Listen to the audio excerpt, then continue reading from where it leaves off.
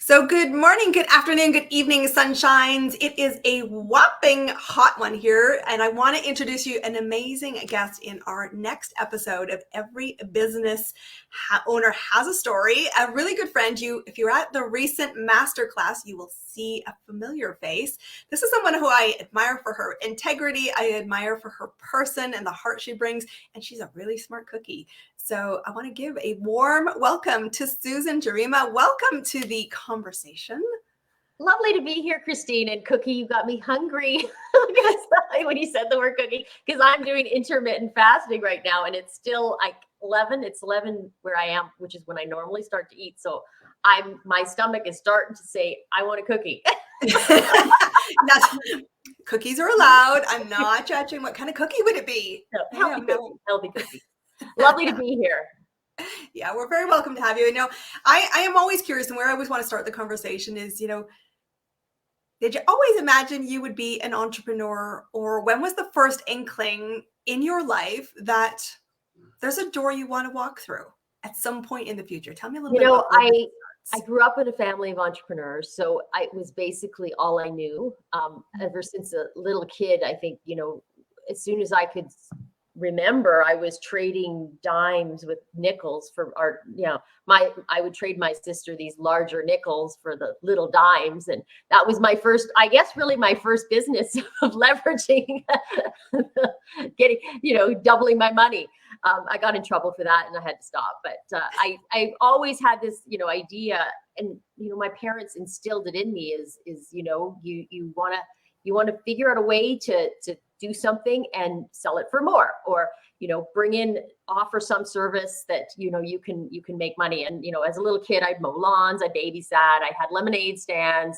My sister and my friends would put on production. So I was actually thinking about this when you told me what we talked about today. And I was thinking about when I got started. Going into the Grand Connection, which is my community, we were running events online, and I really didn't do a lot of events, but as a kid, I did do events. Mm-hmm. So we used to make these shows all the time, and we'd sell, figure out what show to do. And then we did like Grease, for example, musicals. It was usually musicals. And then we would, make banners and posters, and we'd sell tickets to all the people in the neighborhood. And so that really is a little business. And we'd earn a little bit of money after it. And we try to find key people also to be in the shows. So that's something we also do at our events too. So I was just thinking I was thinking this morning all about these shows we did.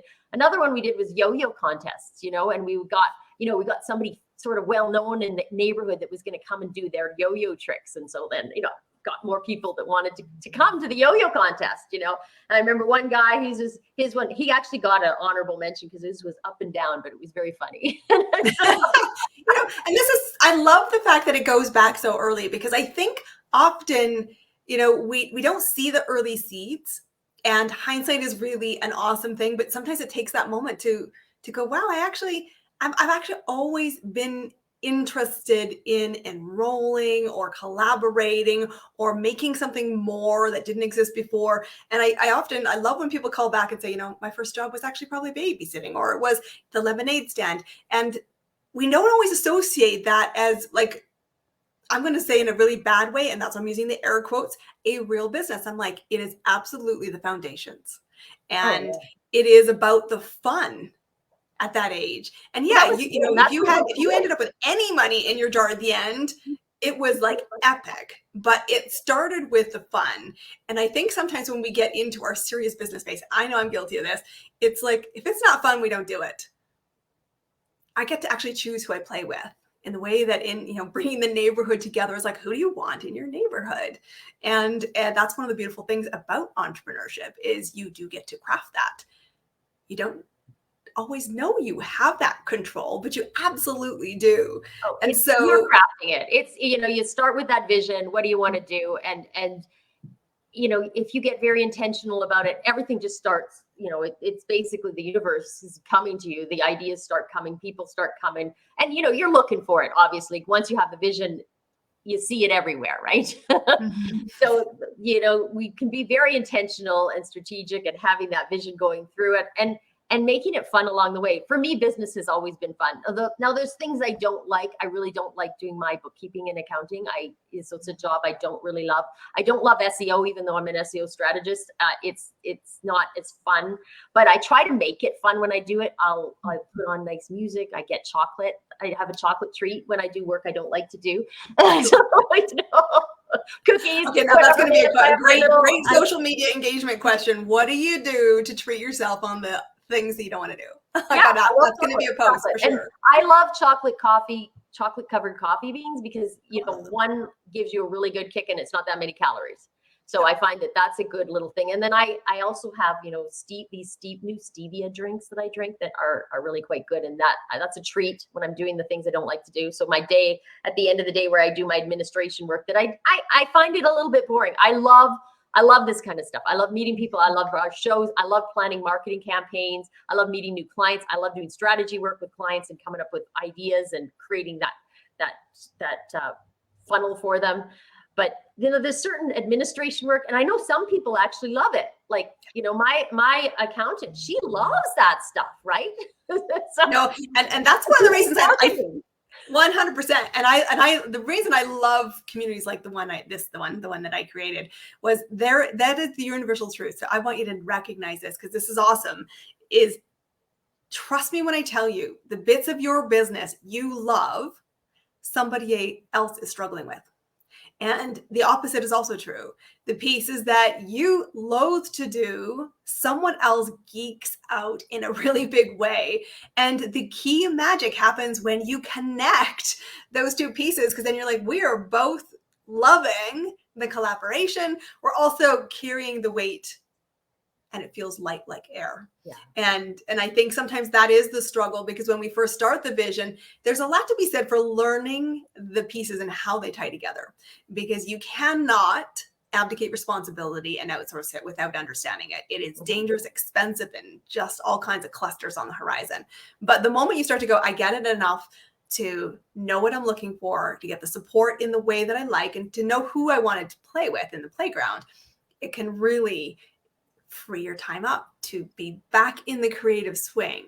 Because if you're not doing the pieces you love in your business day to day, the bulk of your day, or a very big recognizable chunk, something is off in the plan. Because this is the life, it's about creating the life you wanted. So I'm curious. You eat a lot of chocolate. Yeah, that would explain the extra 20 pounds I got on right now. Yeah. Well, and that, we are emotional leaders, a lot of us. So that's been something I've been battling with is, when I get depressed or I have a bad day, I run to the fridge. I now am very much aware of it. And I open up the fridge and go, okay, what's really bugging me right now? Oh yeah, it's that call or whatever I just did, or that new problem that's surfaced.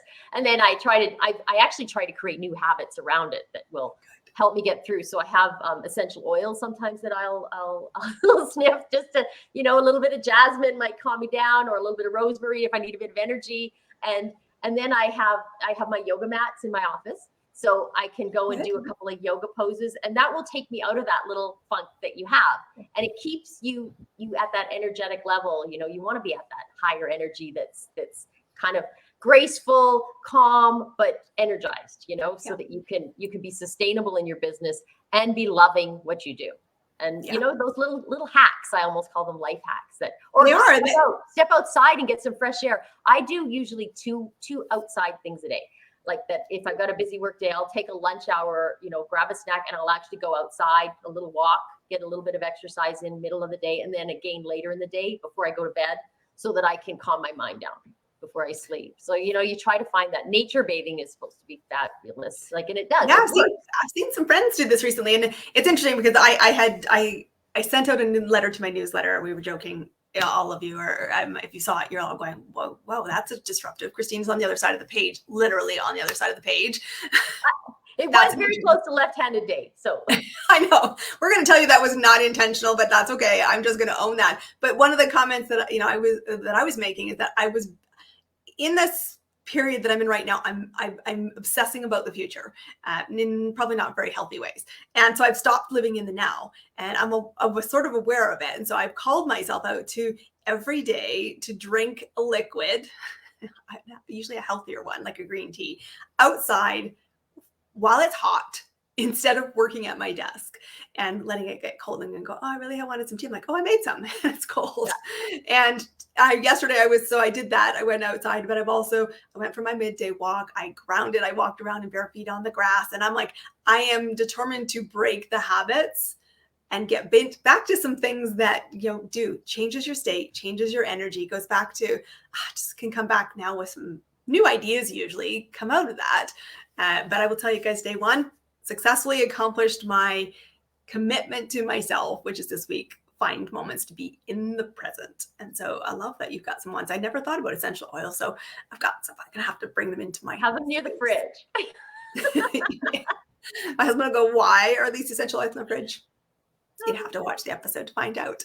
Yeah. So I'm curious in your journey. So, you always had this great big desire to do something for yourself. You run a company now. You do two amazing things, which I really have great respect for. The New Earth Marketing is your own business. And you also are a co-founder with Carolyn on the Grand Connection. But is this the place you started, or did this evolve? Oh no, I started. Well, I guess I had a lot of little kid businesses. I had a t-shirt business. I got my first PST number when I was, I think, 13 or 14. I don't even know if I was old enough to have one, but I was reselling t-shirts that I painted. I wanted to be an artist, actually. So, I got talked into business school instead of fine arts. I got accepted into a couple of art schools, and, somehow my friends ended up in art school and I ended up in business school, and I'm not sure, I presume my parents talked me out of art school. The judgment may have been there somewhere. That yeah, so I don't really know how it happened, but the first day of university, I was walking through the campus and I'm walking past the Fine Arts building to the Commerce building thinking, what happened there? So, but we were able to, you could specialize after the first year, you could start specializing. So I started specializing in marketing, which is more creative. And I had this idea that I would have an advertising agency, but it didn't get in. That wasn't the journey of my life. I now have a marketing agency now where I get to do, all the creative. And that was, then it was sort of like it was still sort of Mad Men, like you wanted to have, do really cool commercials that would be at the Super Bowl. That was sort of the goal in marketing that was how it was talked about, right? It was the big campaigns on a big stage. And that certainly was. Yeah, and you'd come up with this new creative campaign and it would be, do wonders, and you get the award at the Squish event with champagne in your hand. Yeah. So that was kind of my idea. And then I tried to get jobs in advertising agencies when I graduated. And I even did it was a vision, right? I did on the side. I went to the community college and took graphic design. So I had that skill as well. That was Letraset. I learned how to use Letraset. It's not used very much anymore. Anybody listening that doesn't know, this is before there were computers. So you had to actually use these stickers and line up the word on the ads and draw them in. It was a lot of work to do one little ad that would go into a magazine. And so I planned this out, and I got some interviews at advertising agencies, but I didn't have the experience. And there was only 3 or 4 advertising agencies in Winnipeg at the time, and they were not hiring new students.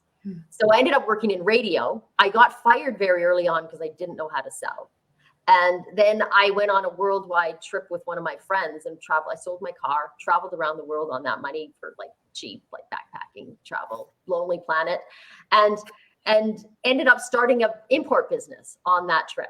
So we always, I always had the idea of starting something. So you're always, when you grew up with entrepreneurs, you're always looking for that idea. And we started working with cooperatives in different developing countries who we met over there. And we started one of the early fair trade businesses at the time.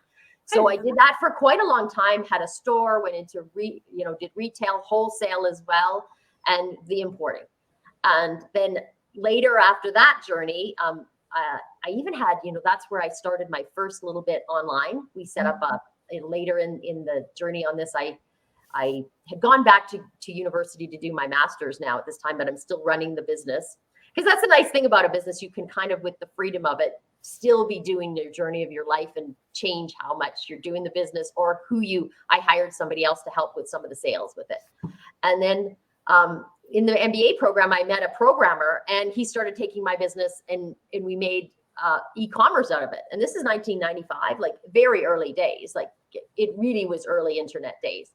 And we had we put up a post in AOL, American Online, and I started getting a few orders from different parts of the world and shipping them out. And I had the import business, so I'd be manufacturing in Thailand and Indonesia, and I would ship direct to South Africa or direct to Europe.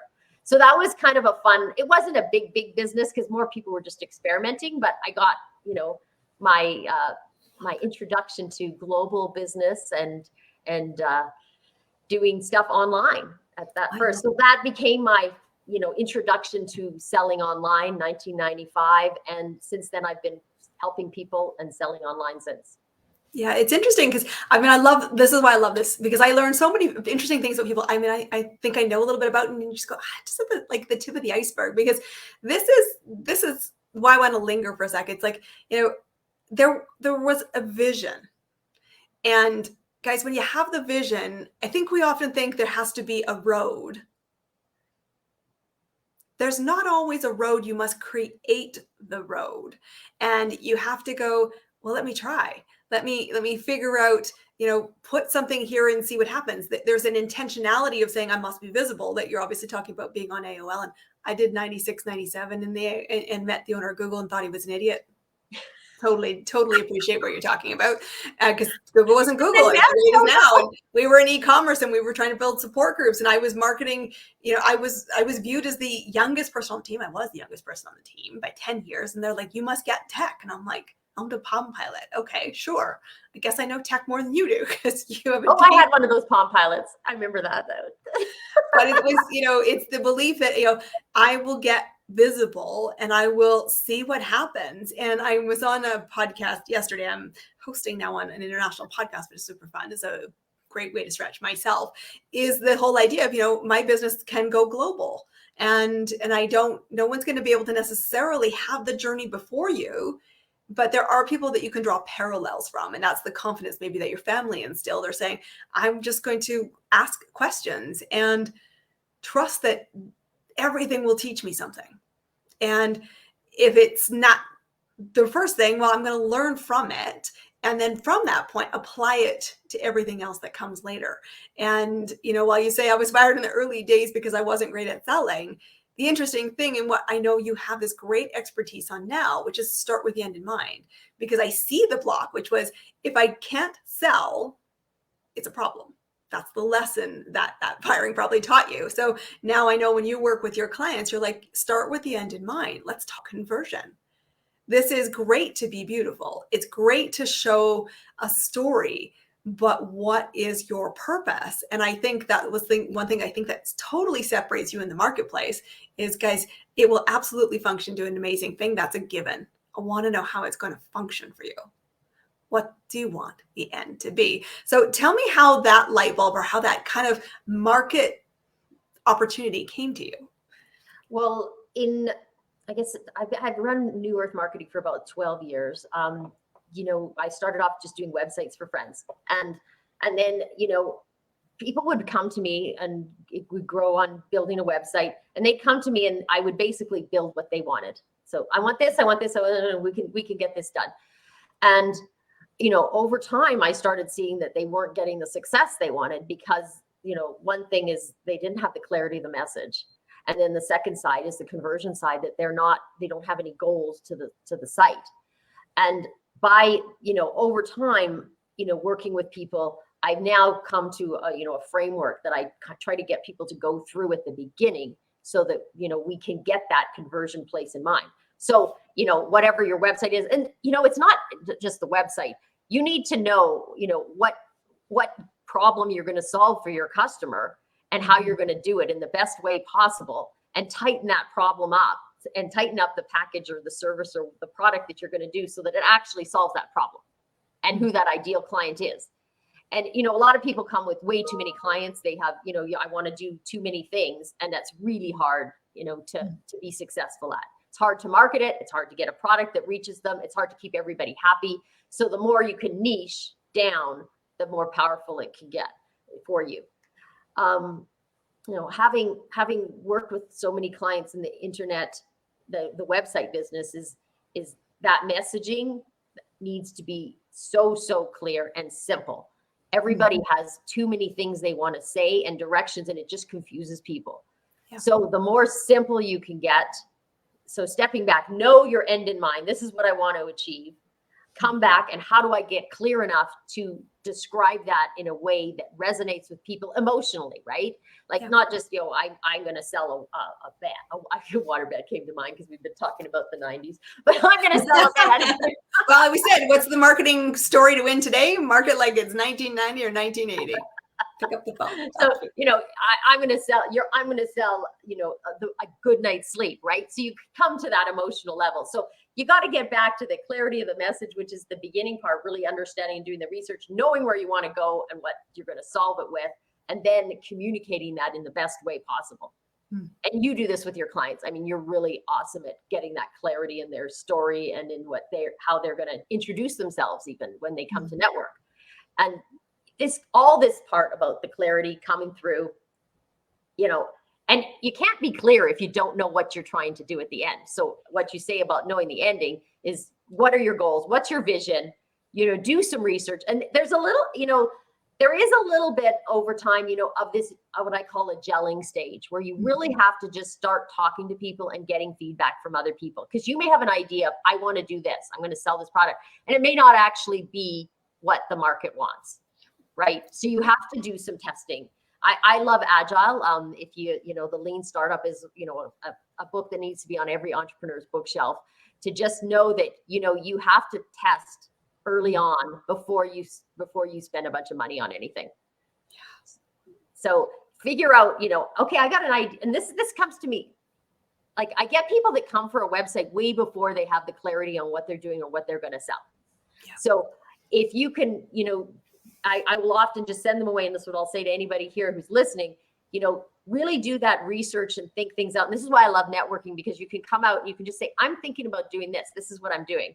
And you'll see whether or not it resonates with people. If nobody is saying yes to you and I want to hear more, it means something is wrong with either the message you're saying or the product you're trying to offer. And you need to figure out which is it. And working with a coach or a mentor and talking to other people in a mastermind or being part of a group is a great way to start getting that research done so that you can get more clear on everything you're doing.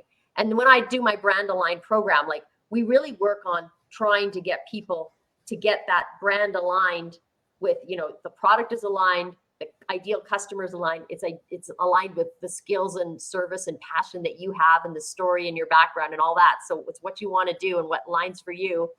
And then you get the brand in there. And once it's all aligned, it just clicks. It just runs. You actually hardly have to work to market, because people they'll see it, they'll go, that's me. And they ask if they can learn more. And you're not even pushing anything, right? Because it's all aligned. But it takes a while to get that.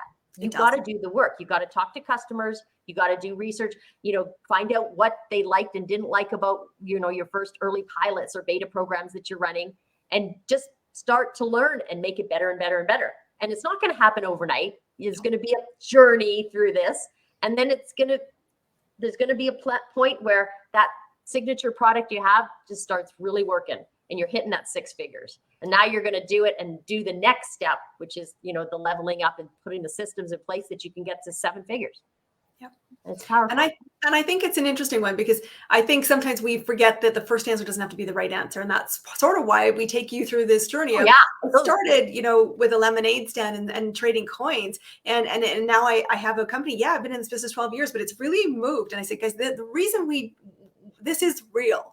It's the first business idea, and the right one. And if you create it in a vacuum, one of the biggest mistakes I see from my lens of a coach working with early entrepreneurs is the Kevin Costner Field of Dreams. Like, I've created this amazing thing. Somebody needs it. Everybody needs it. So everyone will want it. And then we're wondering why we have no customers coming. And as a part of it is the language. Part of it is people are not looking for generalists. They are looking for specialists. Language is a finicky thing, because in advertising, we use play on words and we use wit and we use different things in an advertising way. And it's become really dangerous, because now people think that that's branding. I said, I'll give you a good example. It's, the word entrepreneur is one I debate in my head probably 1,000 times a week, because I think to myself, do you identify as an entrepreneur? And if you don't, if I attract you by saying I work with entrepreneurs, you never find me, ever. Ever. And so if you're using words like mompreneur or parentpreneur or any other newly created word that you're trying to create a brand around, I always say the biggest thing is, remember, people are looking for specialists. Can they find you? And you want to make sure that that's an iteration. And it's then if somebody starts to get curious when you're talking about your idea and saying, hey, I'm looking for feedback, the fine tuning of it is, first impressions, listen openly. Secondly, to that is, what's the value you perceive of it? And is it a nice to have or a need to have? Because so often I'm like, yeah, don't get me wrong. Like, what you do is awesome. Happy to support you. You're an amazing team member. And we see it all the time in networking. And you think, I go to the room every time, but I'm not making any sales. So that's because they're not your client. They think that that's a want, not a need. Mm-hmm. Getting that question. And I think it was one that we talked in one of your conversion workshops. It's, what's the urgency to fix this for you? You have to have that bold conversation. What's the urgency to fix this for you? Because right now you're not ready. You don't have clarity on your message. Go back until you're ready. And clarity on your message does not come from you thinking in your head. It does not come from you hiding behind your screen. It comes by when you go talk to people.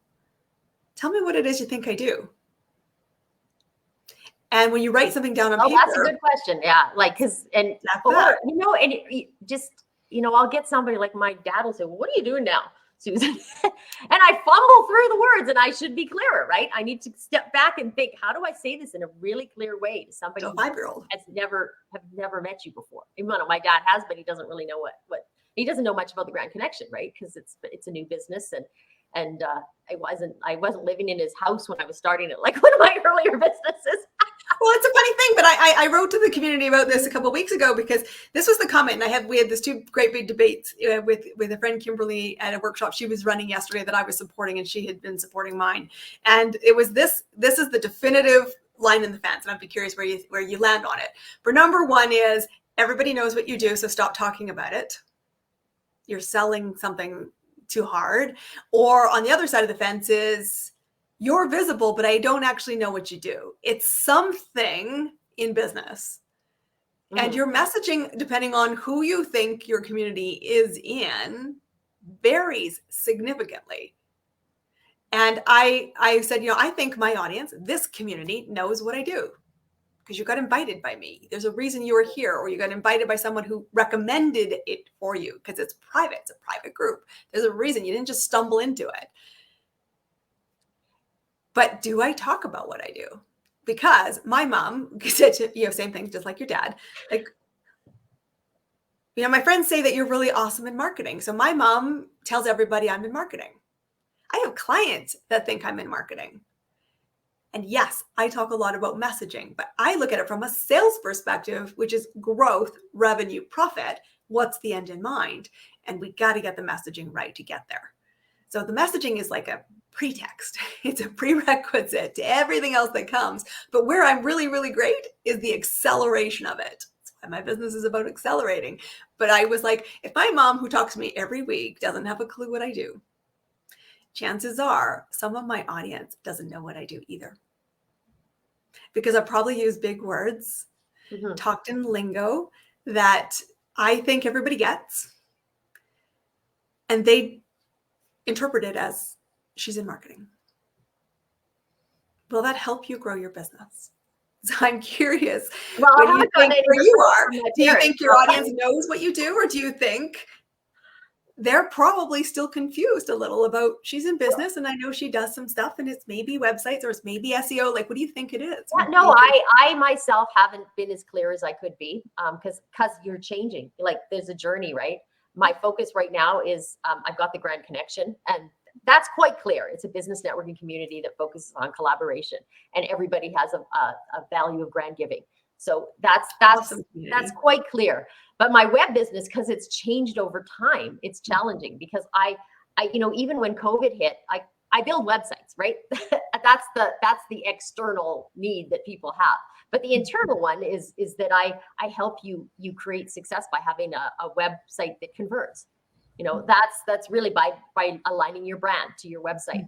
and focusing on conversion metrics. And now that's getting a little long, isn't it? That's starting to get unclear because I keep adding on to more words. Well, the question would be, do they know what conversion is? It depends on where they are in their journey. If you're looking for somebody who's a brand new business owner, you're right. I think cart before the horse. I spent the first 2 years of my business without a website. Still made money, still got my business going, didn't have a website. Website came later and it's changed 100 times since my first version of it. It will go through another major iteration in 2023. I've already put the budgeting aside for the fact that I'm doing an overhaul with it. But the interesting thing about the journey is that kind of mismatched priorities and saying, if you're working with somebody brand new, the word conversion won't ring. Yeah. But if you're working with someone who's like I measure, I'm a business owner. I get the metrics, and I know you guys did an awesome this month by the way, in the Grand Connections, all about numbers. So go and check out the events or go watch the replay. Guys, take the $1 summer promo. We've promoted it before. We'll come back. I'll make sure it goes out again this week. It is about knowing your numbers. And at the end of the day, do you want an expensive hobby? Or do you want a viable business? Because conversion is really, really important and you need to know what's working, which goes back to your super awesome advice. Go test it. Go talk to people, learn, and figure out what is working.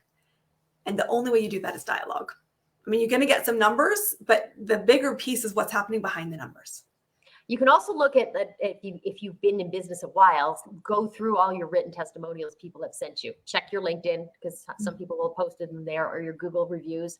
You'll see little nuggets in there. It'll start to tell what's resonating for people and the value you offer. I find that's helpful for people who are a little bit shy to ask their customers. Do that first, then go and ask a few of your main customers and just start doing it. Like, get out there. That's a great tip. Yeah. Awesome tip. So let me vision cast you. So what have you got going on? What's the exciting things that you're looking forward to in the final, push to the end of the year? Tell me a little bit about it and how people can find you, because we'd love to showcase it for you. Well, it's the Grand Connection. We have some fabulous speakers coming up over the fall.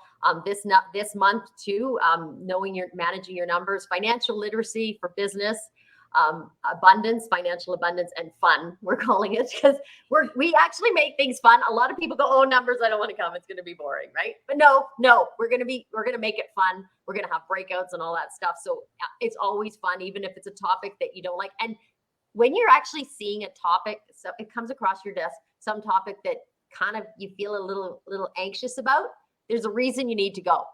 Yes. Okay. If you're saying, "I don't want to go to that sales thing because I don't like sales," you need to go to the sales training, right? You have to do the things that are there's some dissonance about, because that's where you need to work on it. And the journey, we're all learning. Like, we're all life learners here. Our life is a learning game. We're going through a journey, whatever. We're all becoming our higher self. And our higher self through our business is powerful. If you could have a way to control your life, like, being an entrepreneur is fabulous because you actually are creating your life around you.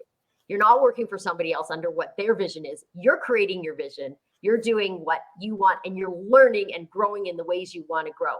And when you find something that maybe you're not comfortable with, that's an area you need to work on. Yeah. So that's going on. We got the money. Next month is on relationships. So we've got a speaker coming to talk about your LinkedIn style. A very, very good speaker. So that's really powerful. Some stuff on social media.